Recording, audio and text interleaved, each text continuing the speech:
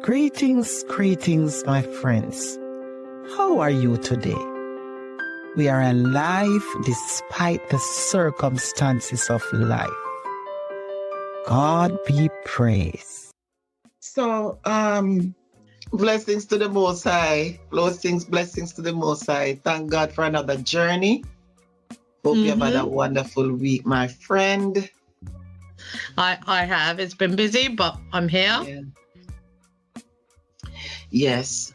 Today, I just want to welcome everyone who has been listening and tuning in on our conversation. It is a good day. It's a blessed day. We are alive. We are well despite the circumstances of life. And today, I just want to, earlier on, the thought that came to me was about Greetings, my friends. How are you today? We are alive despite the circumstances of life. God be praised. So, blessings to the Most High. Blessings to the Most High. Thank God for another journey. Hope you have had a wonderful week, my friend. I have. It's been busy, but I'm here. Yeah. Yes. Today, I just want to welcome everyone who has been listening and tuning in on our conversation. It is a good day. It's a blessed day. We are alive. We are well despite the circumstances of life. And today, I just want to, earlier on, the thought that came to me was about when you feel disappointed. What do you do? What do I do? Yeah. I think just listening to the word disappointed, because it can come across as quite a negative word, right? Yes. But it doesn't have to be. Yeah.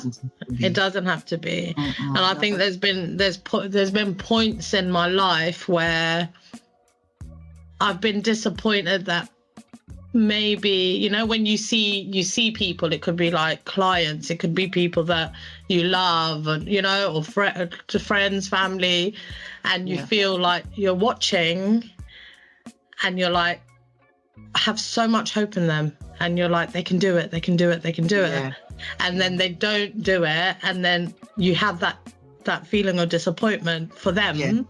But then because you're part of their life, you feel that disappointment because of coming from a place of love, right? Absolutely. Yes. And I could relate to that as well, because I've seen people who struggle, and I know they have the potential. I know they have got the potential. And somewhere along the line, life has not give them a, sometimes it's not even that hard knock, but because of where some people are at, the slightest wind, it's just like you look at it, it's just like you have a plant. Yeah, nice looking plant, and it's blooming, but just this wind just come along and just blow it down, tilt it, cannot stand. It cannot stand the wind. And so it is in life. There are different things that come to knock us down. But always, please, always. I'm Jennifer, I was gonna say, I'm like, every time I'm like, what's today gonna bring though? I'm ready. My body's ready. Like that's a very good way of looking at it. Yeah. And that is why I also believe that when we get up in the mornings, we give thanks to the Most High.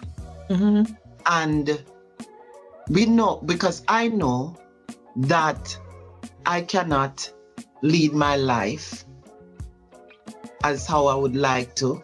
I used to depend on myself, but then when I realized that I'm trying to depend on myself, I get into when the wind come, I can't withstand it. But when I ask my maker to go before me, no matter what challenges come, Even when I'm feeling, sometimes the wind come harsh, you know. But then, exactly. And when it rock me here, so and I have to hold on something strong. So I hold on upon the Almighty and say, hold me, Lord, hold me. Yeah. You understand? Yeah. So that is what we have to do, because we will always have disappointments. There's somewhere along the line we will feel disappointed. Definitely. Because in this life, we have got our aims, we have got our objectives, we have got our dreams, we have got our visions. Sometimes we make our plans, sometimes some big plans, and we take them out. You understand? Yeah, we have some big plans. Sometimes they're not even realistic. But because we are humans and because we want the best for ourselves, we want the best for our children, don't even mention the children part. Yeah. Because I'm telling you, each parents want the best for their children. And so we fight tooth and nail for them. Yeah. Even though sometimes they might not appreciate it. Exactly. Because sometimes they don't see what we are seeing. No, they don't. And then because we love them. You know, before we started, we were talking about crisis, right? And you know, God has built everyone differently. Yeah. And everyone, you know, human beings have gone through their own life experiences, you know, childhood experiences, so many different things. Yes. So when I do, although we talk about disappointment, I do remind myself that, you know, not everyone's like me. Not everyone can bear so much. I'm not saying bear so much, but as I said to you and Jennifer, and your level of crisis as well, my level of crisis is when my adrenaline kicks in, is death. It's not even about money, it's not about you know what absolutely. I don't have, and but my level of like adrenaline and that wind blowing on me and me zoning out is when death, you know, when it's danger or death. Yeah. I would also agree with you, or I could say mine is similar to you, because I'm not mindful of earthly things. Me you know, either, I'm not, you see, like how you have, if people have like my car, or my house, or my this, or my that. I'm not that kind of person. No. As you say, like death and that kind of thing. I'm passionate about the things that really makes life meaningful. Yeah? That's what I'm passionate about. If I can help somebody in whatever small way I can, I'm passionate about that. Yeah. And I have lost things along the way. I've lost people, I've lost friendship. And that when I lost friendship or family, I feel disappointed. I'm not disappointed with God, but I'm disappointed that I no longer have that friendship. Yeah. But then I have to appreciate life for what it is. There were times I couldn't come to terms with it. But as I grow older, as I pray more, I understand that life is a journey, and there are things, there are seasons. And somewhere in Ecclesiastes says that there is a time and season under the sun for everything. There's a time to laugh, there's a time to cry, there's a time to pluck up, to pull down, and to build. Nice. So so even recently I was looking at it, and that's how I treat disappointments. Yeah. But it's so true, because you can't have happiness without sadness. You can't have everything without experiencing nothing, you know? Absolutely. Yeah. Right? And even like through, as I said, like our crises and how the wind blows us is danger or death, yeah? But even through those experiences over time, and, you know, like healing, Absolutely. praying, Yes. it opens your eyes up to life, right? Absolutely. And yeah. I don't take time for granted anymore. I get up early in the morning, Jennifer, I listen to the birds, I hear them talking, and I make time for people I love, and I spend time.